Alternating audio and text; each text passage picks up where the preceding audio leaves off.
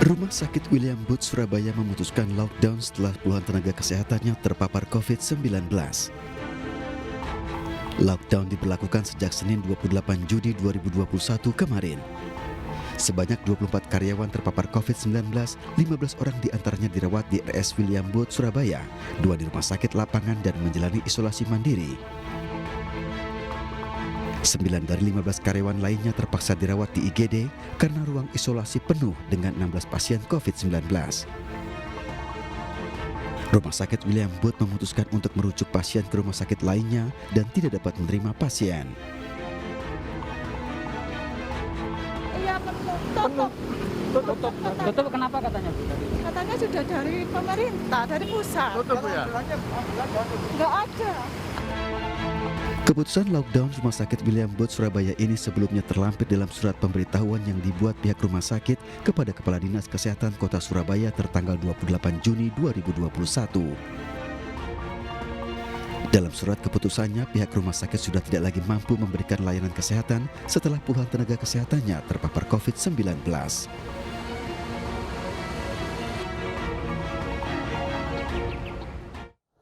Aturan PPKM Mikro versi penebalan akan direvisi. Pengetatan perjalanan dan jam kerja akan menjadi poin dalam aturan yang disebut-sebut diberi nama PPKM Darurat.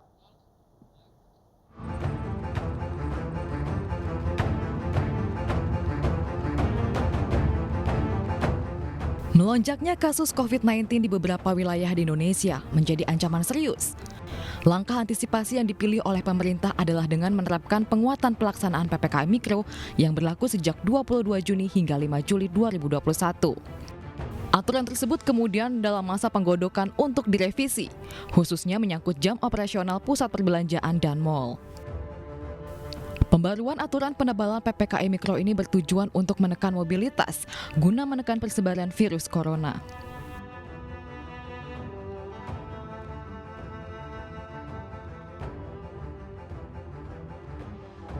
Jika sebelumnya mal dapat beroperasi hingga pukul 20 waktu Indonesia Barat, akan dibatasi menjadi pukul 17 waktu Indonesia Barat.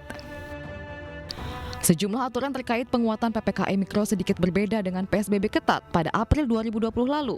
Misalnya saja, restoran yang hanya diperbolehkan dine-in atau dibungkus dengan jam operasional hingga pukul 20 waktu Indonesia Barat. Sedangkan untuk operasional rumah ibadah, jika pada PSBB ketat ditutup secara total, maka pada penebalan PPKM Mikro diperbolehkan buka dengan pembatasan jemaah. Satgas COVID-19 juga menekankan pembatasan mobilitas penduduk haruslah dimulai dari individu. Apakah PPKM darurat akan efektif atau harus melaksanakan lockdown? Kita akan berbincang bersama dengan Wakil Ketua Komisi 9 DPR Melki Lakalena dan Guru Besar FKUI Ari Fahrialsam. Selamat malam Bapak-Bapak. Selamat malam Pak. Saya ke Bung Melki dulu. Bung Melki, DPR sudah menerima kabar tentang PPKM darurat ini? Ya, sampai saat ini kami mendapatkan informasi dari komunikasi lisan, tapi tentu karena ini masih dibahas di kabinet, tentu kami masih menunggu hasil akhir keputusan yang akan diumumkan oleh pemerintah, karena setahu kami pembahasan masih dilakukan secara intensif di level pemerintah. Kalau kita lihat sebelum ini ada PPKM Mikro, kemudian ada PPKM penebalan, dan sekarang mau PPKM darurat. Kira-kira yang dibutuhkan untuk mengatasi COVID-19 ini seperti apa, Bung? Ya, yang pertama kan kita harus membatasi agar interaksi orang itu menjadi minimal, ya, bukan dihilangkan tapi menjadi minimal dan terkontrol. Menjadi minimal itu artinya ada banyak pembatasan harus dilakukan, sehingga tidak ada kesempatan orang berinteraksi dalam jumlah yang besar, waktu yang lama, dan itulah yang membuat pembahasan tentang bagaimana derajat ya atau kualitas pembatasan ini sejauh mana yang kami tahu masih dibahas secara intensif di level pemerintah, sehingga konsepnya itu betul-betul terutama aspek kesehatannya bisa berjalan secara optimal, juga aspek-aspek lain juga sosial, ekonomi dan sebagainya juga tentu tetap bisa terkontrol dengan baik. Dan yang kedua juga tentu PPKM yang saat ini dilakukan dalam pembahasan di pemerintah hari ini ya, PPKM darurat itu Mas Latif ya, Bang Latif ya, tentu ini dilakukan bukan hal baru ya, walaupun tentu nanti dengan modifikasi yang lebih ketat lagi, tapi sekali lagi karena yang utama adalah aspek kesehatannya kita prinsip-prinsipnya makin diperketat, Ya. tapi juga sekaligus juga harus memperhatikan juga tidak terhentinya atau sama sekali tidak bergerak itu aspek-aspek ekonomi dan sosial yang tentu di beberapa aspek masih dimungkinkan sejauh dalam konsep yang akan diputuskan oleh pemerintah nantinya. Oke, baik. PPKM darurat ini akan berisi tentang penegakan prokes, kemudian tidak ada mobilitas dan juga membatasi aktivitas. Prof. Ari, guru besar di Universitas Indonesia meminta harus lockdown. Tidak cukupkah PPKM darurat seperti yang disampaikan oleh Bung Melki tadi? Iya, jadi pertama begini ya, artinya bahwa memang perlu ada evaluasi mengenai pelaksanaan PPKM Mikro saat ini. Dan alhamdulillah artinya dengan masukan-masukan dari kami juga ya, para akademisi, kemudian praktisi klinik yang ada di lapangan, ini nampaknya ada suatu progres lah, ada suatu upaya untuk melakukan pembatasan orang bergerak gitu loh.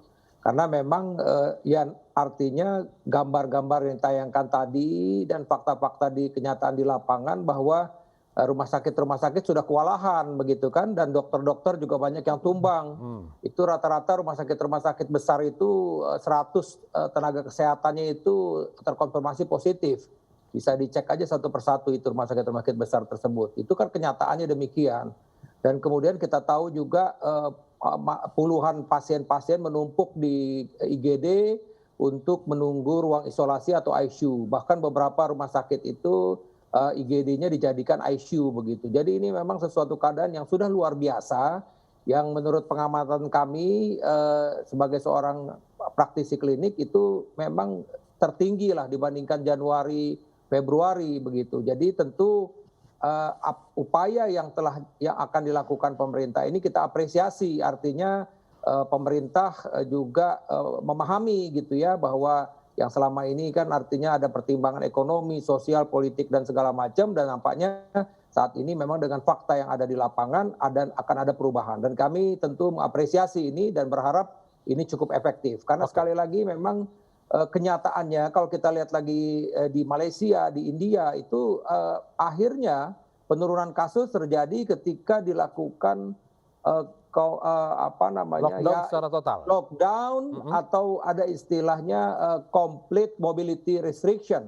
Jadi ada pembatasan pergerakan orang secara lengkap gitu loh. Itulah durasi lockdown ini dan besaran areanya seperti apa, Prof? Ya, umumnya kan begini. Umumnya kalau evaluasi kita itu 2 minggu ya. Kita lihat nanti 2 minggu. Kita berharap 2 minggu ini ada penurunan agar kami para tenaga kesehatan dan juga rumah sakit dan tentu juga masalah distribusi obat-obat ini biar agak mengalir lagi lah begitu kira-kira. Tadi kan terus terang saja ya namanya rumah sakit sampai ditutup itu kan luar biasa.